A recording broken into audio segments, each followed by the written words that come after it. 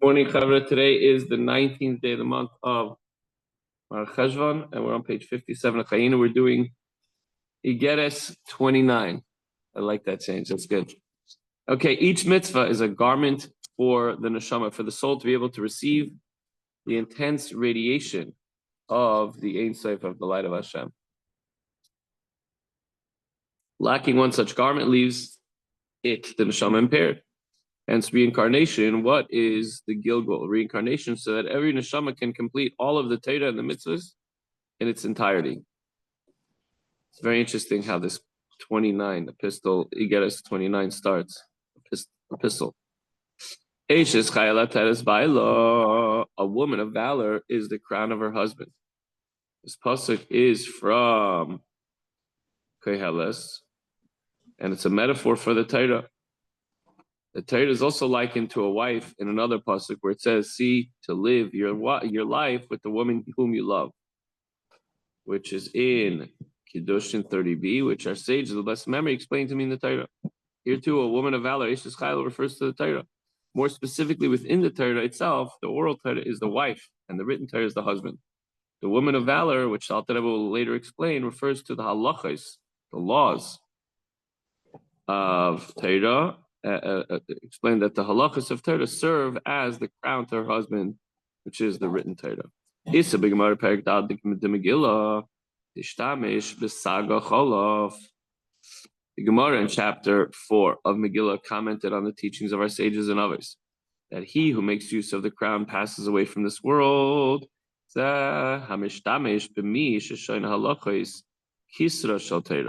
This applies to one who makes use of one who studies halachos, which are the crown of Torah.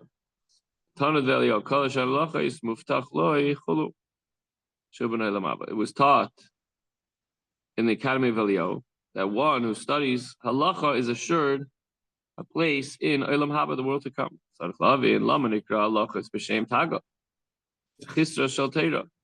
So let's understand why the halachas are referred to as the crown, or the crown of the Torah.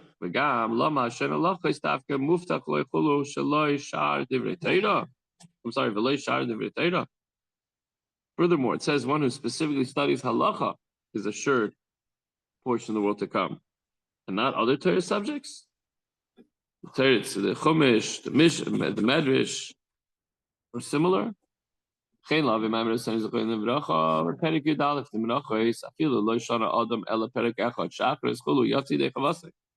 We also know the teachings of our sages of blessed memory in chapter 11 of Menachos, that even one who studies only a single chapter in the morning and a single chapter in the evening, he fulfills his obligation to study Torah.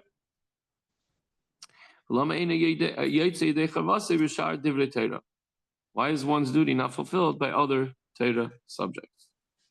The expression of one chapter indicates that the study of Mishnah, we're talking about the oral Torah, when one should study chapter in the morning, chapter in the evening. So why can one not fulfill his obligation with the study of Chumash, Medrash, or the like? It's well known. Mashamar Arizal, the Arizal said, "Shekol Adam Yisrael Tzarech Lave B'Gilgulim Rabim Achi Kaim Kol Tayag Mitzvah Torah V'Machshava Dibur Maisa." This is a statement that the Arizal had said that a person, a Yid, needs to be reincarnated many times until he's able to fulfill the 613 commandments of the Torah in all his garments of thought, speech, and action.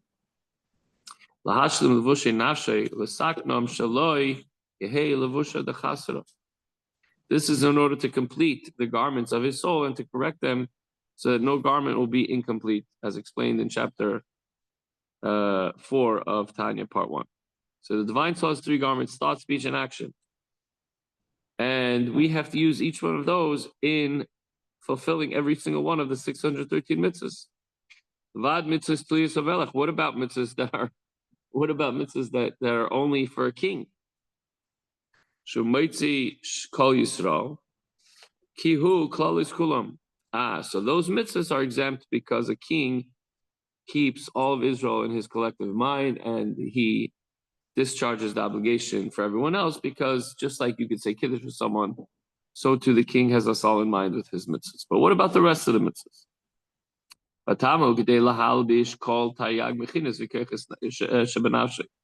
The reason is in order to garb all the 600 aspects and powers of one soul. These 613 organs of the soul must be clothed in the garments of the mitzvahs.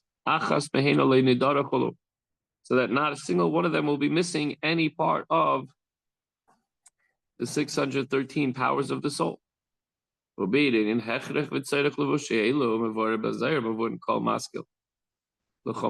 explanation for these garments is given in the Zayar and is understandable if you think about it.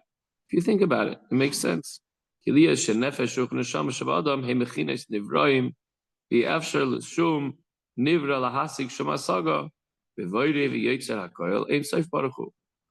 nefesh, the parts of the soul, the nefesh, ruach, and the shama, are created entities and are limited somewhat.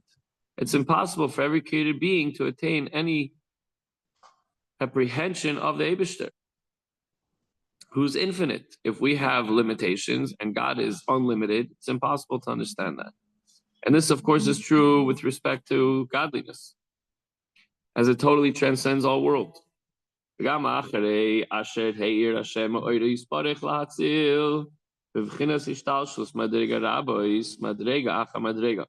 Moreover, even after Hashem has radiated a glimmer of his light and caused an emanation in the form of evolution, goes through all sorts of screens and contractions and different levels and window shades, so to speak.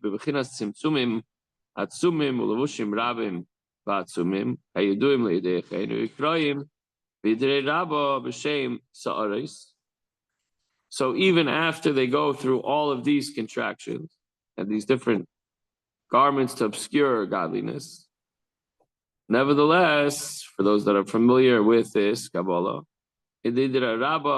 these contracted degrees of illumination are referred to as sa'ares, hairs, because they're so thin.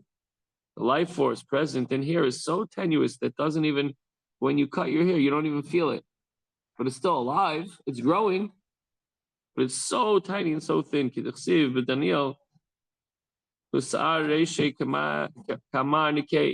The hair of his head is like white wool, from which we see that certain degrees of spiritual downflow are referred to by the term hair.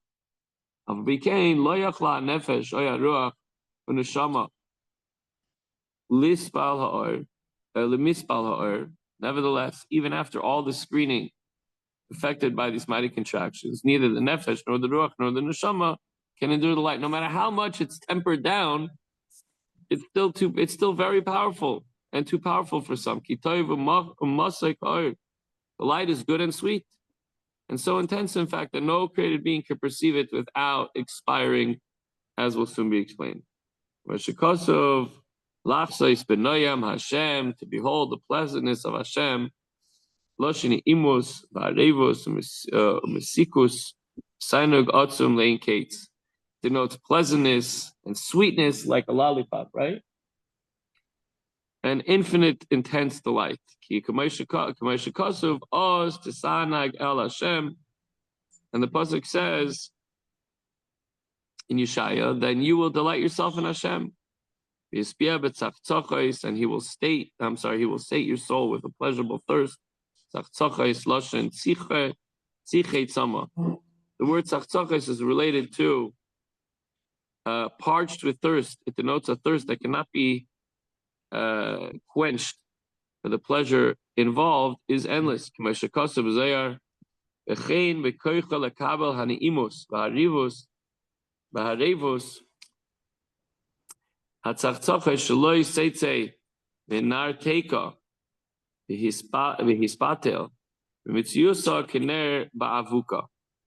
So it is not in the soul's power to absorb this pleasantness and it'll keep on drinking over and over and over, and it's still going to be thirsty. And it'll become nullified, just like a candle flame when it goes into a torch. You have one little tiny flame, you put it in a torch, it becomes nullified. Imloi, Shemvichinas Oirze Atzmai, Tishtalshel, Simoshek Memena Eze Heora Muetes, Bederech Ishtalshelus, Madrega Hamadrega, but Simtum Rabin. We're not were it not that from this very light there will evolve and issue forth some minute radiation by way of an evolution of level after level.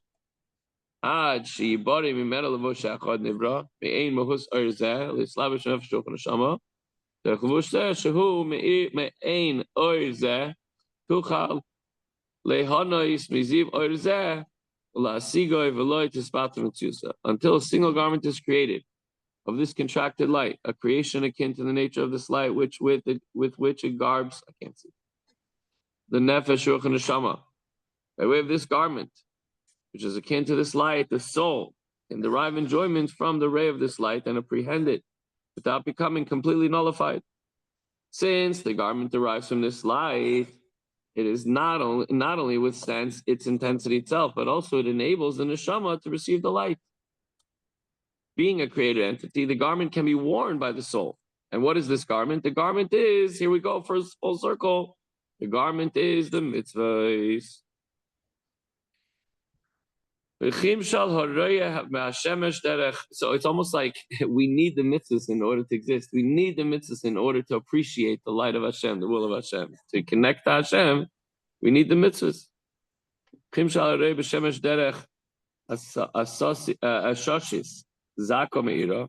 This is analogous to someone looking at the sun. You can't look at the sun. It's too bright. You're going to burn your eyes. But if you temper it down, a little bit. Moshe entered the midst of cloud and he ascended the mountain. That